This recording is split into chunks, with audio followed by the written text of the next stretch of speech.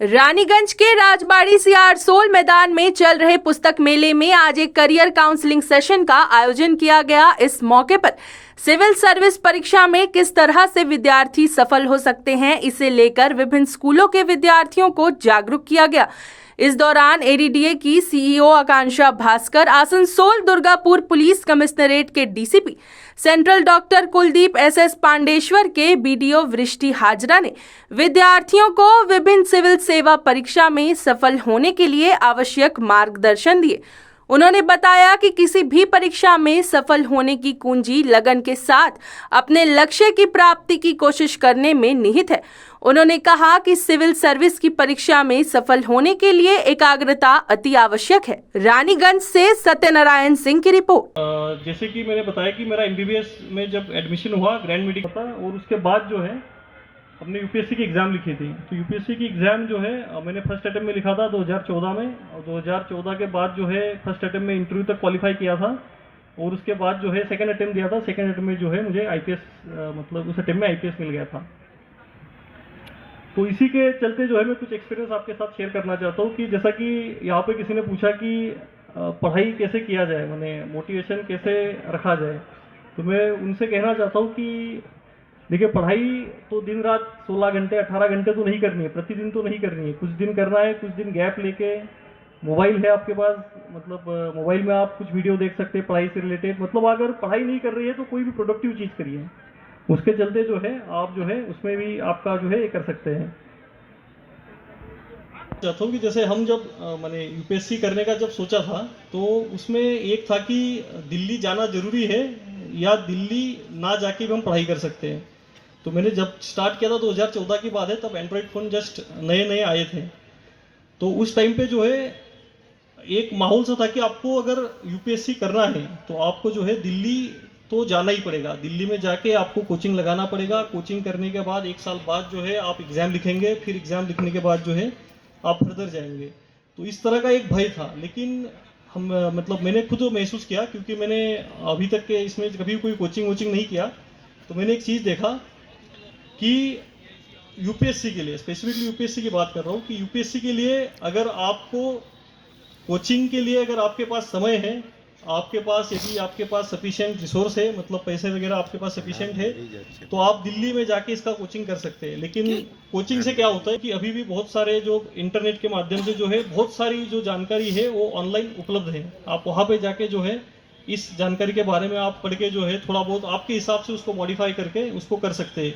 इसलिए मैं कहना चाहूँगा कि पर्टिकुलरली यूपीएससी करने के लिए दिल्ली जाने का मतलब 100% जाना चाहिए, नहीं जाना चाहिए, इसमें कोई दरकार नहीं है। आप दिल्ली जाए या ना जाए, आप बहुत इजीली यहाँ पे बैठ के रानीगंज में बैठ के भी एग्ज़ाम लिख सकते हैं। क्योंकि मैंने जब मेरा एग्ज़ाम लिखा था, जब पहले टाइम प्रीलिम लिखा था, तब मैं मेडिकल ऑफिसर था। I am working as a medical officer in primary health centre.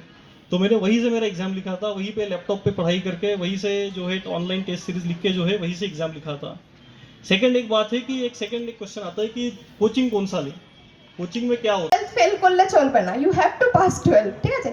যে কোনো স্ট্রিমে ইউ ক্যান ডু 12।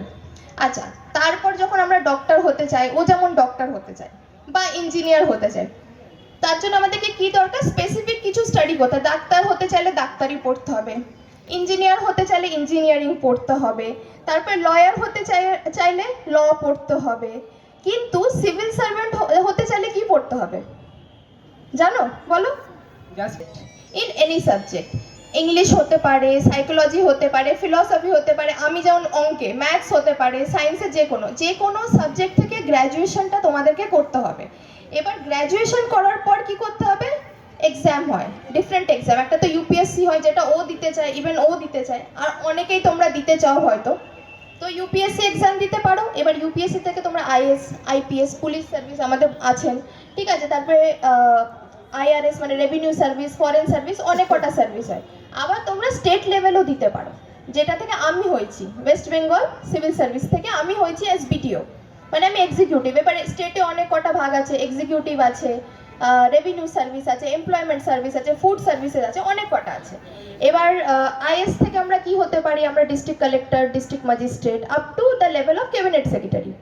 এবার আমার লেভেল থেকেও তাই আমি বিডিও, এরপরে এসডিও হব, এরপরে আমি এডিএম হব, তারপরে ডিএম হব, এরকমভাবে আমাদের প্রমোশনাল এসপেক্ট চলতেই থাকবে।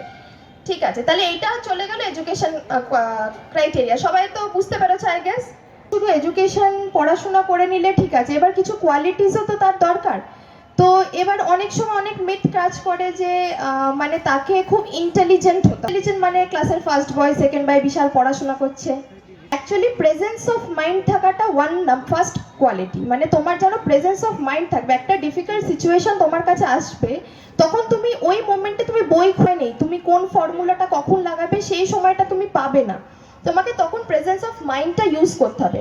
ফর এক্সাম্পল যখন কোভিড টাইমস ছিল, তোমরা জানো কোভিড দেখেছো কিভাবে লকডাউন হয়েছিল, সব তো দেখা আছে। তখন একটা মডেল রাজস্থানে ভিলওয়াড়া ডিস্ট্রিক্টে একটা মডেল ছিল, সেখানে যিনি আইএস ছিলেন বা সেখানকার যিনি ডিসি ছিলেন, ডিস্ট্রিক্ট কালেক্টর, উনি কি করেছিলেন, যেমন দেখলেন কোভিড বাড়ছে, উনি একটা এরিয়াকে পুরো সিল করে ওটাকে কন্টেনমেন্ট জোন করে দিয়েছিলেন।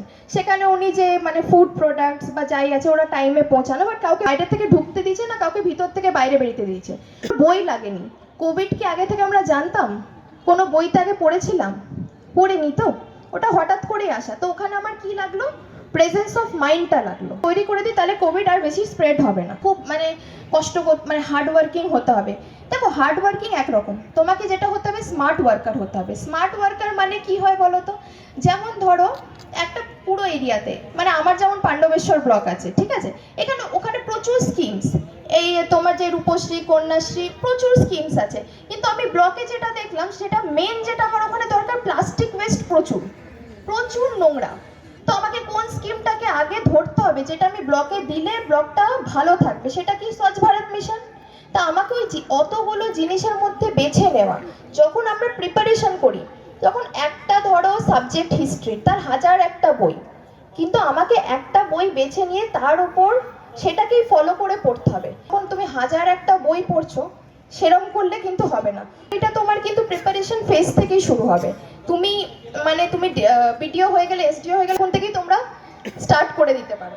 আচ্ছা, মানে হয়তো সিভিল সার্ভেন্টটা বিশাল এক্সপার্ট কিছু জিনিসে, খুব এক্সপার্ট বলি আজকে আমি এখানে আছি, তাই তো? তোমরা তো তাই মনে করছো এই ম্যাডাম বা এই স্যার বিশাল কিছু এক্সপার্ট আছে কিছুতে। কিন্তু যদি আমি এক্সপার্ট হতাম, তাহলে আজকে আমি সায়েন্টিস্ট হতাম, ম্যাথস পড়ে ম্যাথামেটিশিয়ান হতাম, তাই তো? আমাদের এক্সপার্টিসের দরকার নেই। We need a general view. General view বলতে ধরো সাইক্লোন আসছে, এবার যদি কোনো এক্সপার্ট হয়, ধরো ওয়েদার এক্সপার্ট, ঠিক আছে, এবার কোথা থেকে জেনারেট হচ্ছে, সাইক্লোনের নাম কি রাখা যায়, কোন কোস্ট থেকে লাগছে, আমরা কি করবো? আমরা সেটা করব না। আমাদের কথা হলো আমরা লোকজনকে কিভাবে বাঁচাতে পারবো, আমাদের প্রিপেয়ারনেস প্ল্যান করতে হবে, কিভাবে লোকজনকে ওখান থেকে ইভ্যাকুয়েট করে নিয়ে আসবো, তাই তো? তারপর আমাদেরকে কি করতে হবে, মিটিগেশন প্ল্যান। তারপর ডিজাস্টার হয়ে যাওয়ার পরে যে ক্ষতি হয়েছে, সেই ক্ষতিপূরণ কিভাবে হবে। যখনই কোনো ঝড় আসে, তোমরা দেখবে আগে থেকে গাছপালার ডাল কাটা হয় অ্যাডমিনিস্ট্রেশন থেকে। কেন কাটা হয়? কেন কাটা হয়? যাতে এই ডালগুলো ভেঙে না রাস্তায়। টিমওয়ার্ক। এবার আমি একা তো কিছু করতে পারবো না ভাই। আমি কি একা বলবো ঠিক আছে গাছের ডাল কেটে দাও, ওটা কি ম্যাজিকের মতন কেটে যাবে? কাটবে না। সো টিম, আমার একটা টিম থাকে, সেই টিমকে চালানোর জন্য we need to be a good leader. একজন লিডার হতে হবে যে সবাইকে নিয়ে চলবে, আর যে আমরা বলছি না পরিষেবা পৌঁছে দেবো। এবার অ্যাজ এ বিডিও আমি তো সবার হাতে হাতে গিয়ে কন্যাশ্রী, রূপশ্রী টাকা দিতে পারি না, বা বলতে পারি না কি মানে আমি সব ঘরে ঘরে গিয়ে তাদেরকে খোঁজও করতে আছে, তাই তো? সো এই কটা সব কিছু নিয়ে হলো আমাদের কোয়ালিটি ডেভেলপ করতে হবে অ্যাজ এ অফিসার। কি ঠিক আছে, আমরা এই কোয়ালিটিসগুলো নিয়ে একজন অ্যাডমিনিস্ট্রেটর হয়।